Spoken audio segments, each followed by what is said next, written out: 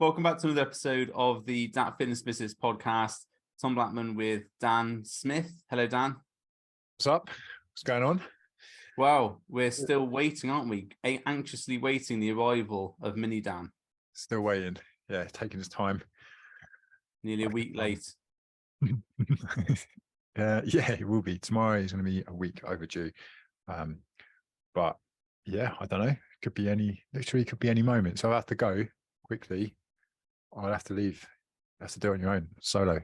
I suppose it's a temporary good sort of get out of jail free card if you're talking to people you don't really want to talk to. It's like, oh, sorry, I just got a text. I've got to run off now because my son's been born.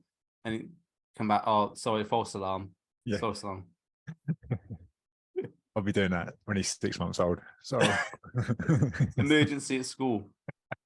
You've got one for 18 years actually, because anything that you want to get out of, you can just go, oh, I'm really sorry, my son's just been taken ill, I need to go to school or something, pick him up. And no one's going to say no, you can't do that. Got it in the bag. Yeah, that's the best thing about being a parent, that is universal get out of jail free card. Best thing. Yeah, absolutely. Conversation you don't like, oh, my son's ill, gotta go. So today we're talking about client retention and what the best methods for keeping your clients around longer. Now, of course, we don't mean nasty tactics to lock people into contracts or anything like that. We're talking about actual valuable things you can do with your coaching to make sure that your clients want to stay with you for a long period of time and continue to get awesome results. Are you in agreement, Dan? What do you mean? Or do you just lock them into contracts? Is it not the first thing you do? They get the contract comes out and then they sign it and then that's it. They are basically you own them for however long. Yeah. I mean that is the ultra pro method, isn't it? Is to bind them into a 12-month agreement. I've never. I don't know if you've used contracts and things, but I've never had contracts. Some people might be going, oh my God, but I never have had that, because I don't think that what we do, like in terms of what we provide, is a service. But is it something that you have to bind someone into a contract to? Because I feel if someone's coming to work with you, they're going to have made that decision over a period of time, right? It's not going to be like suddenly they see, oh, I'm going to go and do that. They're going to have made that period of time, and they're going to have built trust with you, connection, and then that ultimately wants to be the process. I think if you're having people like buy into things quickly, I don't know if it's a service you're offering, it's probably more of a product, and then maybe there's more potential for some kind of contract there. But even then, I don't think so. No, I mean, so there are people. People might be listening to this going, oh, but there are reasons for having a contract, and yeah, okay, you can understand that. There's a certain argument to say, well, if someone says to you, I want to lose 30 kilos, that's not happening in 4 weeks. That's a 6-month deal, isn't it? It's when I've worked with people who've lost 30 kilos, it's 6 months to almost a year to actually get that weight off and keep it off. So you're looking at a long process, aren't you? It's not a 6-week shred option. So I can understand people saying, well, I've got to. They want to do this thing, and it is a year's thing or 6-month thing. So we should be committing for 6 months. And part of that commitment is to have like, oh, you're going to pay me for 6 months, this much money per month. Yeah. But I just want to say that's not something I subscribe to, but that is the argument, isn't it? It's like you're making a commitment to make sure you have you've got your skin in the game, and you've got the legal binding or whatever term people want to use. If you have this contract, then you're going to do the work because you signed the contract. Yeah. So say, for example, someone is in that contract and it's 6 months, and on the 5th month, something happens and they say, I can't do this. I can't do this anymore. I can't make that next payment. It's not going to happen because there's some kind of emergency or whatever's happened, right? I know what your thoughts would be on that. I think it's like, what would you say to them? Would you just say, Go and Like, sell your TV and then give me the money. yeah, Yeah, sell that, your car and then you can pay me with the money. And actually, you'll probably have enough money to sign up for another 6 months up front. yeah. But I mean, I know that sounds mad, but I've seen that in a Facebook group before. Yeah. I've seen that actually happen, and people commenting on it saying, have they signed a contract? If they have, then they need to pay you the money. But what I don't get there is, one, they're not going to be doing this coaching with you anymore. Okay, you're going to still get the money from them. Two, they're never going to want to do that ever again, and they're never going to tell anyone else. So, like, I don't weigh it up. Yeah. Yeah, I agree with that. This I actually had a guy once who wanted to work with me one-to-one, and we had a chat. He was fine, happy with the money and everything else. And he sent me a message about a week, maybe about a couple of days later, where we were due to start like in a week's time. And he said, "Oh yeah, Tom, sorry for the delay in paying, but I'm just selling my car to do the program, and the guy's not going to turn up for a few days. Is that okay?" I was like, don't sell your car to work with me, for God's sake. Don't do that. You know, it was, you know, he really wanted to do the program. He really wanted to work with me. But I was like, mate, don't sell your car to do that. That's not what I want. I don't want, you know, you not to have a car just so we can work together. You know, save up a bit of money for a couple of months and then we'll do it, you know? Yeah. But there's other coaches who would go, well, that's unacceptable. Get put on your credit card. Yeah, I was going to say the credit card one. I definitely had that. Whip it out. People were saying, you know, can I put it on the credit card? And I've gone, I'd rather you didn't, to be fair. Like, I'd rather you take some time, think about if it's really what you want, and I can give you some stuff in the meantime. But I don't want that conscience of like people potentially putting themselves in debt, because it's not. No, but like you said, people were very quick to go, no, you should do whatever you can. You should take out all these credit cards. You should do whatever you need to make it happen. I'm like, well, I don't personally agree with that. So no, I mean my one-to-one program for physique coaching was over £1,000 for the period. You could pay in installments, of course, and some people did pay on credit cards, but I was always very, you know, make sure that's the right decision for you. I mean, obviously they got the result they wanted. They got their transformation. But we had a discussion about that. I said, if you want to put it on credit card and pay it off in longer installments, then that's fine. But I just want you to make sure you're 100% happy with that, because I don't want you having extra debt on your mind if you haven't got say, like, why don't, because people buy like TVs on credit cards and stuff like that, and they just pay it off over a couple of months and they're happy doing that. So I'm happy doing that if someone's got the means to pay, like, let's say £100 a month towards that over time, and they're happy doing that. But I don't want people just getting themselves into unnecessary debt because they're chasing this dream of a physique. Yeah. Because they'll say things, won't they? Like when you dig into it, it's like, oh, I haven't quite got the money right now, but what I do is I'll put it on this credit card. And I'm like, well, that's not. But if it's like what you said, they're using it because they then pay that off in some other way, then that's fine. I say. Yeah, I think as ethical coaches, and credit is obviously a reasonable way of paying. Loads of people use credit cards every single day of the week, so we can't say, oh, you shouldn't use a credit card for buying coaching or any product. But a little bit of, like, you know, make sure it's right for them before they do that. Yeah, exactly. Not just, get your credit card out right now, you know, and buy 12 months instead.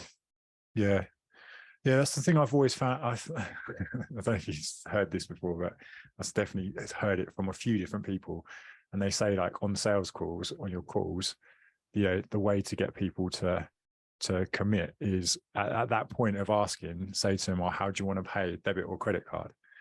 And then they're like, I get why the psychology there around it, because it's like, how do you want to pay, this way or this way? And you're almost positioning that anyway already. I don't know.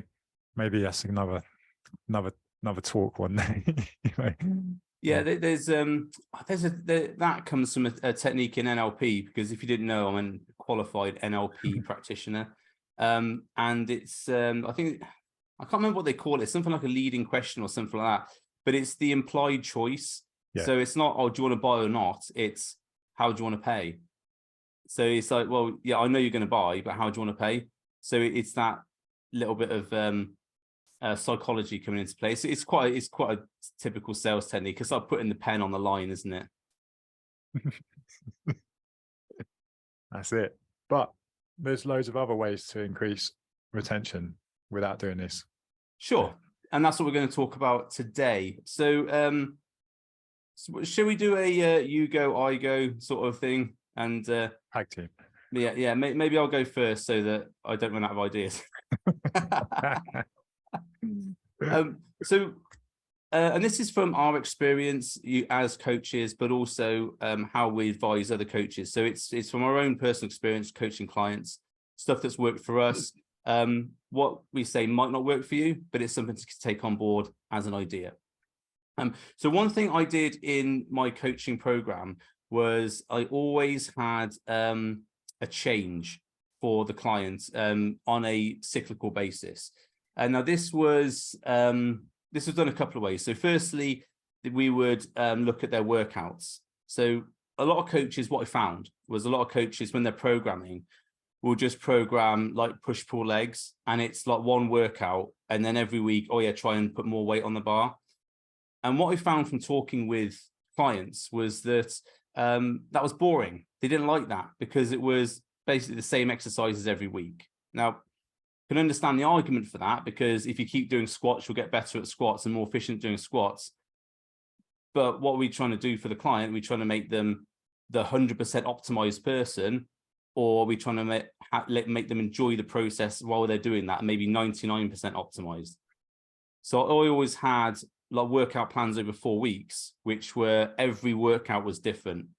You know, I don't mean like Boso ball squats and, you know, weird stuff on cables and bands and everything, but it was like you would do squats, but like maybe one day it would be like front squats, maybe one day it'd be rear squats, maybe one day it'd be like squat supersets. Front and back squats was always people love that one, you know.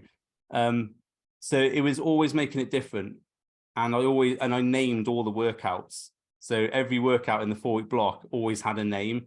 Like I had like flex capacitor for arms, stuff like that.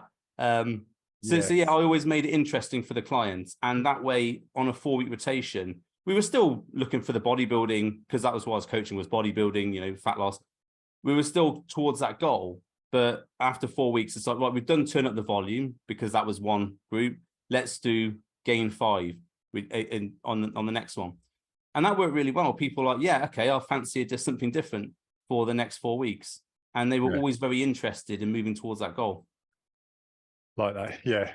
Well, I don't think we don't have it as specific as that, but we definitely have like some of my training programs and days are named as well.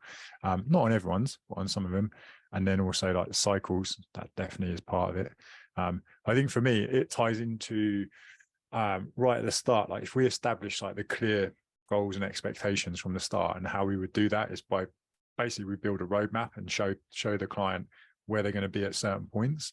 And then if they can see that before they start, it helps retention, because they can see, okay, at this point, or I'm going to work on this here, I'm going to be looking to build towards this point, and they can get real good sense of where they're going to future pace themselves to be. And if you don't have something like that, it's very hard for someone to visualize that just from talking to you. So we would build this out and have an actual physical document that you can show a client and take them through it. And it helps huge retention. It also helps to get people to actually sign up in the first place. And like that buy-in goes straight up, because they're like, yeah, really excited to get into this. So I think having that from the start, it was a big thing for us. And it's something that we go through with all the coaches in here as well. So that's definitely one I would have. I mean, we've talked about roadmaps before, haven't we? And like obviously showing like where they are now, where they need to be, and obviously the gap in between. That's where your work happens, isn't it? To give them the transformation. I think especially for workouts as well, because I mean, okay, unless you're programming for like really specific stuff, like someone wants to, you know, be a power lifter or something like that, but then that's probably not people who would come into our circle. We're working with, or we worked with, mostly sort of general population people, and what I found was that I would have like workouts set up for, say, I did like a push-pull legs variant with a bodybuilding tilt. And I said, well, when we're doing that, we're focusing on making stronger. Yeah, there's less volume, but there's more focus on the sort of big compounds. And then once we've done like 4 weeks of that, then we're going on to volume, because that's going to build more muscle and the strength will help with that. And then we're going to go on to this, then we're going to go on to this. And people could then, like you said, see that progression through as to, all right, I know I'm going to be doing this, this, and this, and this is going to be the goal, as this is going to be what I'm going to get from doing that. And you're right, it's really important that they understand, they got that buy-in about, why am I doing this? Is it just because the coach is lazy, as in I'm doing 5x5 like 3 times a week? Yeah. Or is there actually a goal towards that? Yeah, because otherwise you can see how someone would easily kind of, maybe not, but like you might have other things going on. But if you've got something like this, it's less about then, okay, what's happening week to week, or like the next payment to the next payment. It's more about, here's the process that we're working on, and here's what you're going to go through. And then it's more likely for people to probably stay longer. Well, I think so. Yeah. We always had the and this might, might interpret this as like a sort of sneaky thing. It wasn't intended that way, but we would always have the consultation about the next month just before the next payment was due. And I mean, that's just the way it happened, because obviously they paid and then he'd done 4 weeks and they would pay for another 4 weeks. That's just the way it happened. But it did help buy in with people. And it's something I still do now with all my clients is, after every 4 weeks, we have like at least one meeting a week. And it's normally at the end of the 4-week cycle. And we say, right, let's look at the weight, how you're looking, how you're feeling, strength, etc. What's the plan for the next 4 weeks? And we pick the program that's perfect for that, and then change the diet if we need to, habits, that sort of thing. And then they've got another plan for 4 weeks, rather than, if you're looking at like a long 6-month goal, that's a long time to look at it, isn't it? And to see that, visualize that goal at the end is a long time. Yeah. But it's breaking it down, isn't it? And those cycles do that really well. So yeah. Great. Absolutely. Cool. Okay. Right. You go. That was my one. Was that you? Yeah, that was a development of mine. You cheated. Right, I can go again. I think you took. I think we both developed each other's ideas there. I'll go if you want. I'll go. Community, like developing a community, big aspect of retention, because I'm sure people would have heard, oh, they come for the training, stay for the community. But there is truth in that. So if you can build a community aspect around what you do in your program and your coaching, people do form connections. And depending on what kind of coaching you do, there's different ways of building that community. Like I know people who have we've got like a Facebook group, for example, but some other coaches just use WhatsApp. Some have separate platforms. Even like the in-person element of this, it all adds into that community aspect if you can do stuff that cements that bond. And we've definitely had clients sort of form their own friendships over the years and things. I think that's really, really important way of not only improving retention rates, but building the whole brand ethos, and the positioning of that brand as well is seen differently with that. Yeah, well, case in point here is during lockdown, I had in my Facebook group, because obviously everybody couldn't get to gyms in lockdown, so I started running these things called Get the Kettle On, which was like basically a kettlebell circuits program from your living room. And I did that on a Monday and Friday morning at 6 o'clock. And when I started doing them, I forgot how unfit I was. And some of the early videos are still on YouTube, and I'm absolutely dying towards the end. It's quite comical. It's absolutely blowing it out. But obviously only needed one kettlebell to do the class, and it was very circuit based. You didn't even need a heavy one. So all the people who were in my coaching then, they would log on to Facebook Live at 6 o'clock on is it 6, 7, whatever, on a Monday and Friday. And basically it was sort of like, we have a little bit of a chat at the beginning. How's everyone, ready to start? And then we go for 20 minutes. And yeah, at the end, we had a little bit of a conversation afterwards. And it was always the chat for the next day or so was about that. Yeah. And it really, and I think during lockdown, that was something that people were really missing, is that community. Yeah. Yeah, it came more apparent, didn't it, through that period? Because I definitely had all kinds of emotions like when that happened. I wasn't expecting it, I'll be honest. And then I was like, fuck, this is like, I felt really responsible for these people who like couldn't then maybe access gyms and stuff. But anyway, they all came together, and it was like one of the best times, hands down one of the best times.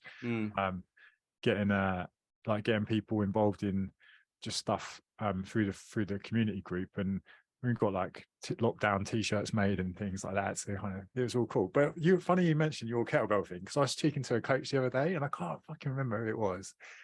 And because we were chatting, and I think he knew you through like all the stuff we do together and that. And he was like, he said the first time he saw you was when you were doing your live kettlebell thing during lockdown. Like he said, he used to see them come up on his feed, and he would see it. He said, yeah, but yeah, impacted. Yeah, they got some really good views. And we also did because obviously we had the gym as well, so we did live workouts from the gym, and they were horrible as well. So we stopped filming them live after a bit, because a couple of times, like the PTs and me would be like proper, like always throwing up afterwards, because we miscalculated how tough the workout was. So we stopped doing them live and then just recorded them just in case. And yeah, they were really good. They were all, again, it was all like body weight or whatever. But the feedback from gym members during that time was, this is great. No other gym's doing this, you know, and we did it for free. You know, anybody, you didn't even have to be a gym member. You could log on to the Ministry of Fitness YouTube channel and watch these workouts and do them, obviously. And it's part of the reason why we had such a really good rebound when we reopened. We had loads of new members who'd actually picked us up from doing the live workouts, which was nice. Yeah, people won't forget, will they? No, and it's something that's always. And I think also if you do develop your community, you'll, because there is sometimes a sense of are they doing it for the money? Sometimes, you know, when you talk to people, if you can develop a good community, it becomes less about, oh, he's just after, or she's just after money, and more about, I'm really happy to pay money for this because it's a really good time for me. Yeah. I think it's obvious sometimes when it's been done for the wrong reasons. But yeah, definitely a huge thing to build into your coaching service. That's it. That's my one. Okay, cool. What did I have down here? Oh, yes. I had progression. So, which might seem obvious, because we want clients to progress, but there should be in your product or service ecosystem a way for people to progress through. So, and this might be just very simple, such as workouts. So, for example, if someone came to me, I don't work with complete beginners, as in never picked up a weight before, but if someone would have come to work with me who was, say, hadn't trained for a few years, they wouldn't get the Gain 5 program, because that'd be like full on hardcore bodybuilding program that would probably kill them, which is not a good idea.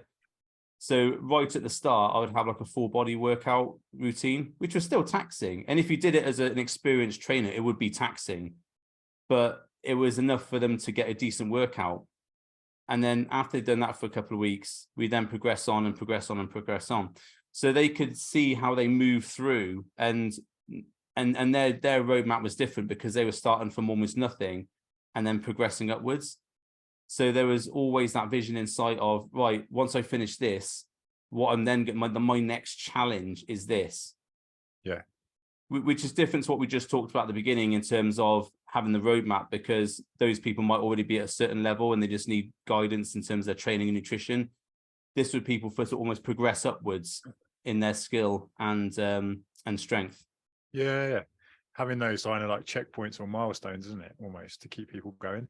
So because you'll no doubt have like your weekly check-ins or whatever you want to call them, updates, but that implies that they become like part of this thing. So the check-in process can become a little bit like monotonous, because it is that thing that happens all the time. But if you had a milestone where you achieve this thing, it's almost like celebrating. And that for me was one of my next points, was like celebrating success. So I'm kind of segueing but I Celebrating think, success, yeah. yeah, having points where you, or whether that's done in a separate way or whatever it is, but celebrating the successes in some format or another is really important, I think, from a retention point of view, because I know that sometimes people might feel a little bit like if they see someone who's achieved something, it can make them feel maybe negative in some way, because they're like feeling that they might. So it has to be done in the right way, but we shouldn't shy away from still sharing the successes that happen, I think, because that's like, that builds confidence in not only that person but in everyone around it. And if you're doing it the right way, it can only help to then move people on. But I think the way around, well, not around that, but a way to help that is to when obviously when you're onboarding a client, is to make sure you've got your SMART goals set up as to what you're going to measure in terms of what's a success for them. Yeah. So for example, someone who's 30 kilos, I'm not saying it's easier, but losing 5 kilos is more likely to happen in a quicker time frame than someone who's not got 30 kilos, got 2 kilos to lose, for example. Yeah. So, and where the perception there is, oh, they've lost 5 kilos, I've only lost half a kilo, they're doing better than me. And so, well, hold on, you only had 2 or 3 kilos to lose at the beginning. So it's a harder proposition for you to lose that much weight than it is for that person, because they've got, honestly, well, you know what it's like when someone's massively overweight, just doing some exercise and restricting calories a little bit is going to have a significant effect on their weight at the first time. But someone who is just looking to lose that last little bit, say get ready for holiday or something like that, they're going to look at the scales and go, half a kilo? That's rubbish. And they get down because it's only half a kilo. And actually look at the photos, look at how you look after half the kilo. So it's important that those SMART goals are set up to really highlight, and I get this a lot with women as well, because women will fluctuate a lot due to like menstrual cycles and more water retention, that sort of thing. So they fluctuate a lot. Or I've had women who don't lose any weight at all but do look better, which is crazy. But a lot of people just focus on the scales. So it's important to say, well, what we're actually looking at for results here, rather than what, just the scales, for example. I've had that with strength progression as well. And again, funnily enough, in female clients, because they will look at someone and go, oh, how are they able to be that strong? But then it's almost the same thing where you're like, we don't know the circumstances around that. How long have they been training for? Like, what's their training like? And genetic wise as well, like you could go down the whole rabbit hole with it. But yeah, I've definitely had that as well. But then again, it just probably brings us back to how these things are positioned, and also like what you talk about around this stuff as well. Because if you are explaining that, it's easier for some people to lose weight in certain situations, or for some people to be stronger, like and then as long as that context is there, hopefully it's all right. Yeah, and I think that's the thing is to making sure that the in order to sort of get the clients buy-in, is that the clients are educated properly, as in we are educating them properly. Yeah. Because there are a lot of coaches, and I think this is more from bodybuilding land, but I know there are coaches in like normal, everyday coaching land as well, who say, just trust the process. I'm the coach, trust what I say. And like normally, because they haven't got an answer, they're like, oh, he just asked me a question I'm not really sure of. I'm going to tell him I'm the coach, just trust the process, and then hope things work out, hope things improve. Get out of the jail card, isn't it? You got to trust the process, man. Right. Yeah. You just don't want it enough. All right, calorie deficit, trust the process. Yeah. I'm not losing weight, just less carbs, more cardio. It's easy, man. But I think that education is really important, and I know that you have on your program like educational videos which you've put so people can understand certain things about nutrition. I've put out like nearly 300 videos on YouTube about different topics. Yeah, and part of that was the fact that when anyone asked me a question, say in the coaching, I say I did a video about that. So here's a quick explanation, but go and watch this video. It's got a deep explanation. Yeah. So maybe sorry, go on. Sorry, man. I was going to say that could be another thing from a retention point of view, is having these like value add places where you've got either some extra content or you've got like all your YouTube video library, and that enhances the whole experience of the client. Because I think you have to admit these days that because it is getting a busier and busier space, you have to do these things to then be able to provide more, because it's gone in the days where you could just take a spreadsheet and just send it to everyone, not even cross the name out, and like, I didn't do that. I know if people have done it. Yeah, okay, mate. Other people did that, not me. Yeah, but these days are moving on, which is a good thing. We should be embracing this, and also it makes everyone better at what they do, and then everyone, like the industry as a whole, should become better. But I'm sure it still does happen in some contexts, but having these extra things is only going to make you stand out more as a coach, plus your retention rates improve as well. Yeah, and I think the big caveat there is that that those features must have benefits as well. So when people talk about, I've got like 1,000 recipes in my thing, that's not a massive benefit. It's just something that people can access if they want to. It's not something that's going to get the clients over the line. No one's ever looked at or made in their life. Yeah, it's well, actually, we did have during lockdown. This was we had like a weekly recipe thing. So I posted a couple of recipes for my things, and then like people would create them because they had nothing to do in lockdown, so it's something to do. Yeah. But yeah, I mean those things are there. They're there as options, but they must have a benefit. So it's no point having. I can't think of something that people's not going to use as a benefit of your, as a feature of your coaching, because people are just going to go, wow, they don't lose anything by not being on your coaching. Yeah, do you remember through lockdown everyone suddenly started baking, like baking banana bread and stuff? Yeah. Only because they've got nothing else to do. It's like, as soon as you got to go back to everything's normal, I'm not doing that, I'll just buy it from the shop. Yeah. Yeah, exactly. Yeah, I did a lot of baking during lockdown. A lot of eating as well. Waste not, want not. Yeah, I got massive during the lockdowns. It's a great time. Training and got massive. Well, I was in the fortunate situation, of course, of having my own sort of home gym, like a 5-minute drive away from my house.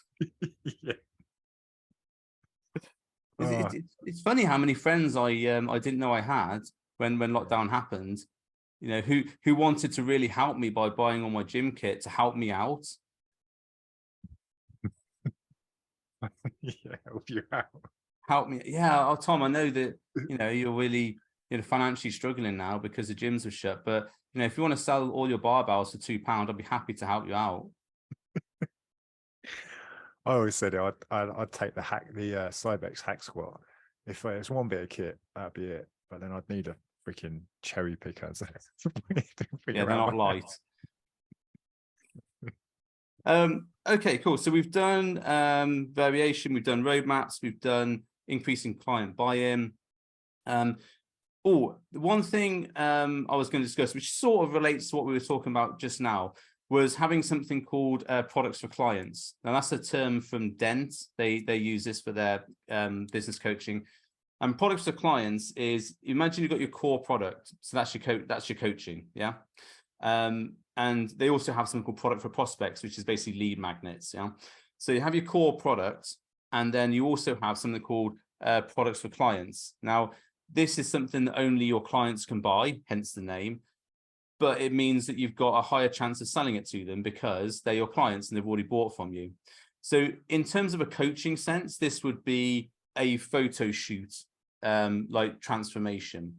It might be getting ready for a holiday, like focus group, something like that. Whatever your niche is, there's a time restricted thing which you can offer them, which would be like something only they can buy. So you'll have everyone doing the coaching, and then, who wants to do a photo shoot?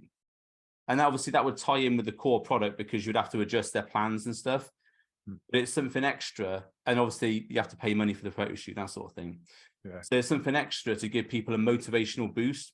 Another thing you could do would be like if you're going to go run a marathon or do like a 10K or an Ironman or something else completely stupid and painful, something like that, which is all like a group challenge you could all do. That sort of thing does work quite nicely. Yeah, getting people invested. Well, they're already invested, aren't they? But it's like other stuff. I'm trying to think of stuff that we've done similar to that. We've definitely had things. I think we had events as well, but like almost like our own sort of personal, what would you call them? Events that weren't open to anyone else. So we kind of put them Or on. like your ones you do for at the cricket ground, that's a product for clients as isn't well. it? We have that. We also have, they get access to so like a good example recently is like Ella with her latest psychology course, like that was all access to the coaches in here before anyone else could get to it. So yeah, there are things like that we try and do. Yeah, I don't think we've done much more with that though. But yeah. So something we've done at the gym is we have like a twice a year deadlift competition, and it's only open to gym members. So you can only, and it's not like you can buy a day pass and do it. But as soon as we release it, it's only people who are members on the day that can actually compete. And that's worked really well, because although it doesn't cost them anything, so we're not making more money off them. And we get a load of prizes from like Samson and all our people we work with, and that's the prize pot. So they always get like a really nice like stuff to take away, that sort of thing. Yeah, but we also gone. Say they do that at one of my gyms, which is like independent kind of bodybuilding gym. And I always said they should have a natural and untested like versions. It's not fair. We worked it before on we put a certain multiplier on, because the first time we did it was just about how heavy you could lift, and then the second time we ran it that we put in more stipulations, because the first time we ran it, someone who was obviously just jacked like won the whole thing, and very good lift, obviously, deserving of the win. But then people were like, well, I'm not going to do it if he's doing it again, because I'm not got a chance of winning. So we edited it the second time, so it was based on like your experience, your weight, all that sort of stuff. And it's a nice social event. We do like a barbecue and stuff like that at the same time, and it really did work well. I was going to say, like they one of them, it was I think it was a bench press one, but they ordered in Domino's. So Domino's, and the actual delivery drivers come in. Really? And they've got him on the bench. He's like whilst he's delivering all the pizzas, and they've got people doing photography and videography for their event, and like getting spotted with his Domino's uniform on. It's fucking brilliant. That's awesome. We had the fire service turn up for the last one. Nice. And something close to your heart. And then we like spraying the hose all over the car park, and that was mint. Yes. Did you get to go in the fire engine? No, I didn't, unfortunately. What? No, I'm too big to ride in the cabin with a hat on. But yeah, I mean, those sorts of things like retention, it doesn't have to be online. It can be in-person events. And I think in-person events, especially now, like all the COVID stuff's gone, that really does help with, because again, you're introducing everybody, developing that community aspect of things again. Yeah, definitely. I was chatting to someone the other day about in-person events being, like when you have an in-person event, there was a percentage in terms of then what that meant for people to actually make more. So it was from a business perspective. So people actually turning up at the in-person events. I don't know what study they would. I have to find out. I'll ask her. But she was saying that there's the direct correlation between people who attended the in-person events and made more money in their business because they turn up to the in-person events. So again, one study, but right. I certainly agree with that, because when I used to go to the Dent group that we had is in London, so it's a massive get on the train, 2 hours journey, then the tube, then the day, and then get on the tube, and then get on the train coming back. So like it's a massively full-on day on a Friday as well. But I always had a boost to what I was doing, like motivational boost to my business after that. Yeah, I definitely feel it. So yeah, do more in person.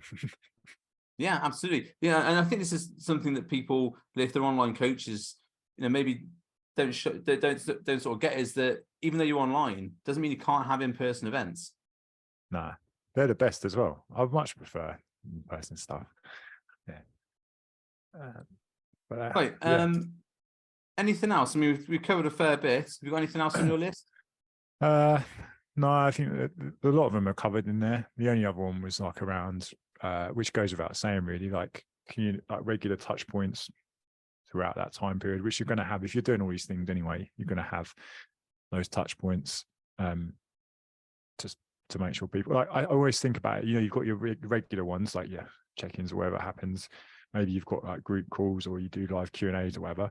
But it's also good sometimes to have maybe some ones that aren't scheduled as such, so kind of like things that happen unannounced, because it's those ones sometimes that people might reply to, or like something pops up and they don't expect it. I think they're quite good to have as well. Yeah, absolutely. Yeah, like random Facebook lives, that sort of thing. Yeah, and like sometimes we've got a little bit of a sequence that people go through, and then there's some just emails that go out, and they're literally like, hey, so and so, like, how are you getting on? Basically, just to see how people are. Yeah, Loads of white space. Sent from my sent from my iPhone. Loads of space. Unsubscribe. Oh man, getting those gurus hacks in. There's some terrible stuff going on with emails at the moment for another talk, but let's do that on another one. Yeah. Great stuff. Okay, just the final thing, Dan, where can people contact you? Here, Strong Collective. Strong Collective. Yeah, Dan, Strong Collective. Yeah. And for me, it's Tom Blackman. Tom Blackman Coach on YouTube and Instagram. That's probably the best place. Website's still under construction. Great, Dan. I'll see you next week, and hopefully there'll be a little Dan in tow somewhere. Yeah. See what happens. Great. Okay, thanks for watching. Thanks for listening, and we'll see you on the next episode. Bye. Bye-bye.